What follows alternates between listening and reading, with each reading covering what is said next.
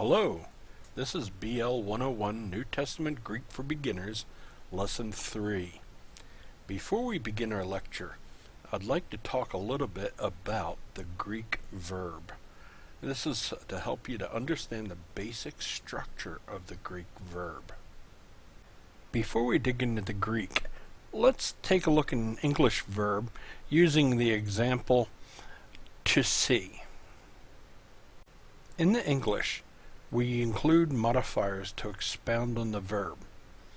Using our example, we have to see, an infinitive, or I see, you see, we see. We also sometimes modify and add words to show time.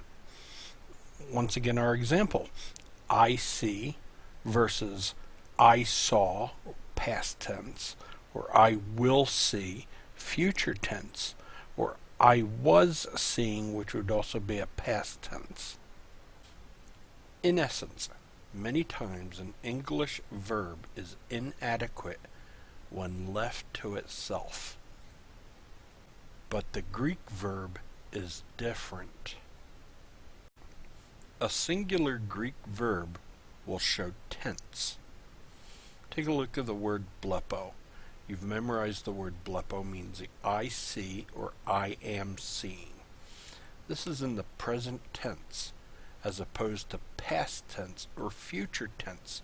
So blepo means I see. It does not mean I saw or I shall see.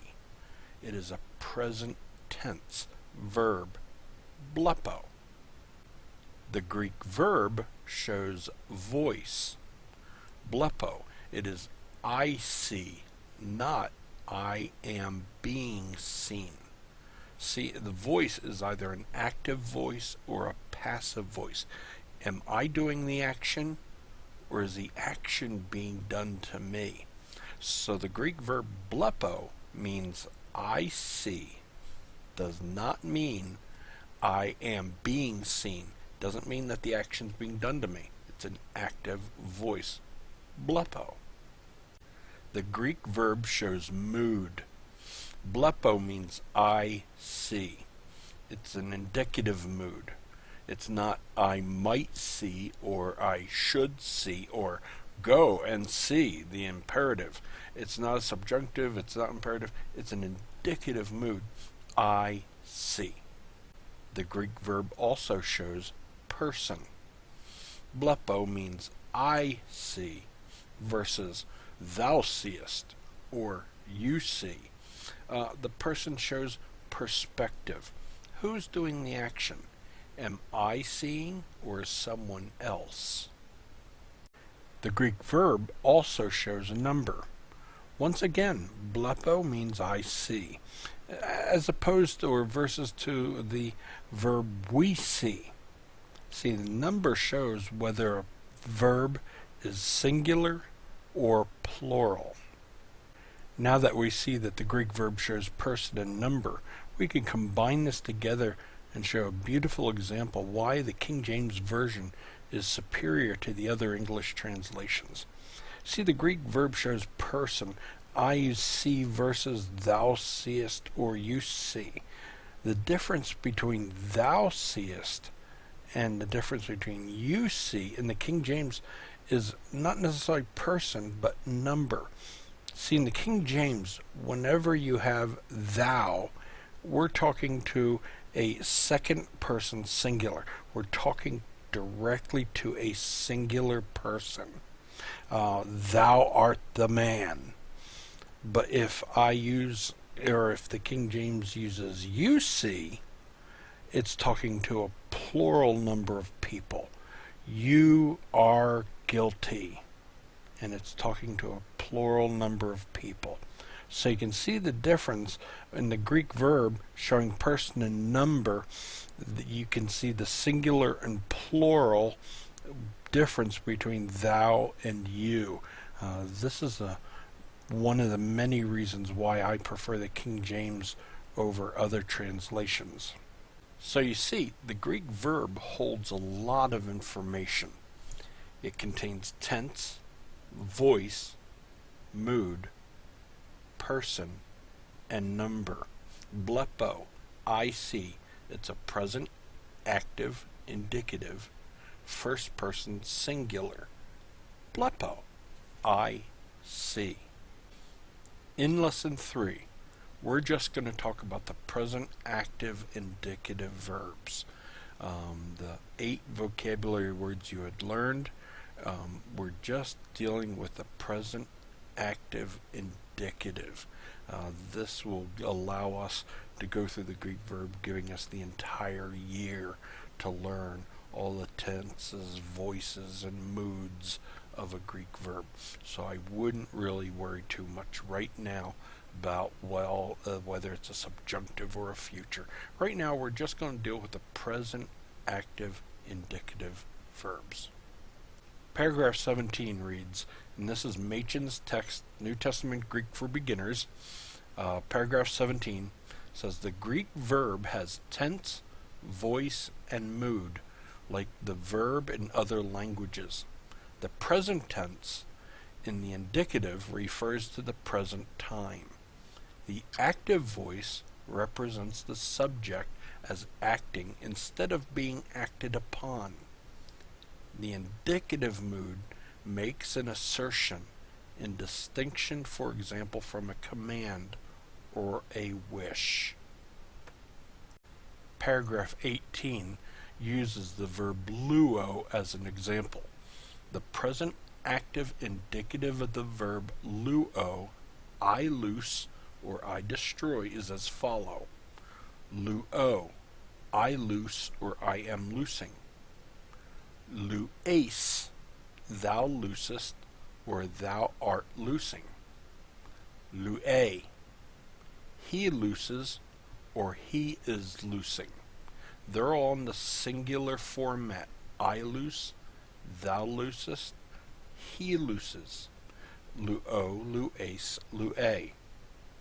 In the plural column, we have luamen, we loose or we are loosing.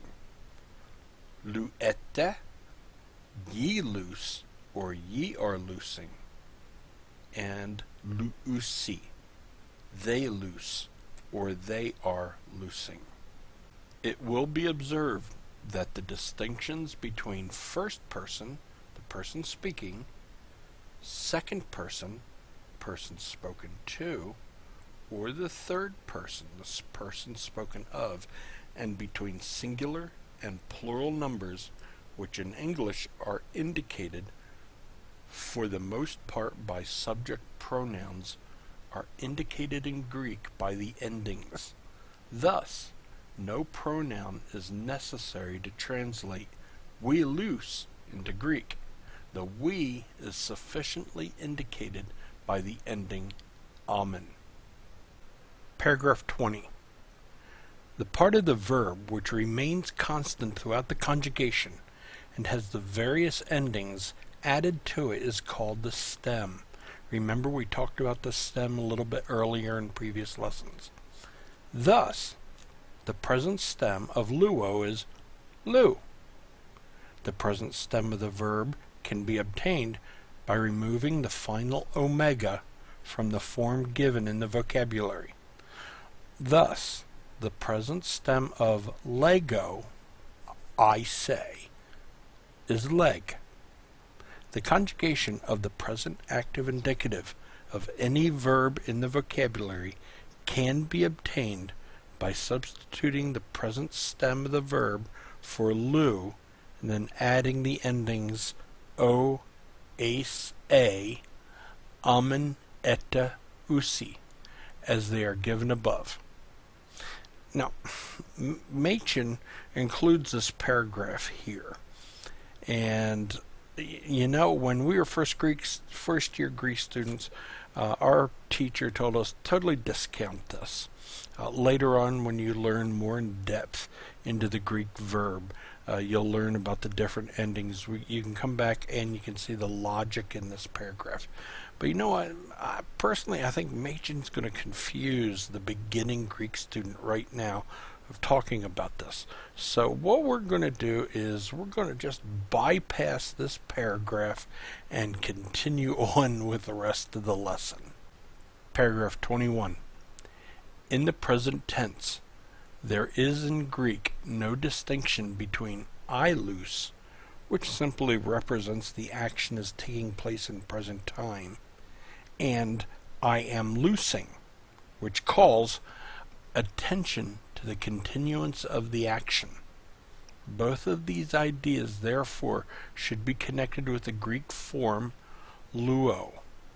The distinction between the two will become exceedingly important when we pass over to past time, for there Greek makes the distinction even more sharply than in the English. Finally, paragraph 22. The second person, you loose or you are loosing in English, may of course be either singular or plural, and may be translated by the student either lues or luete, except where the context makes plain which is meant. Where it is desired in the exercise to indicate whether singular or plural, the archaic forms thou loosest, etc., and ye loose, etc., will be used. This will tell the instructors that you know the difference between a singular and plural. Once again, this is one of the many reasons why the King James Version is superior to the modern English versions. Is it more difficult? A little bit more, just because we're not used to using thou or thee. But after a while, it becomes very, very natural and comfortable, especially for the Greek student who wants to differentiate between the singular and the plural. Now, here is the exercises in paragraph 23. What I'm going to ask you to do is when you study through lesson 3, I want you to do paragraph 23, Roman numeral 1, the Greek to English. And we're going to go through that together during the lab.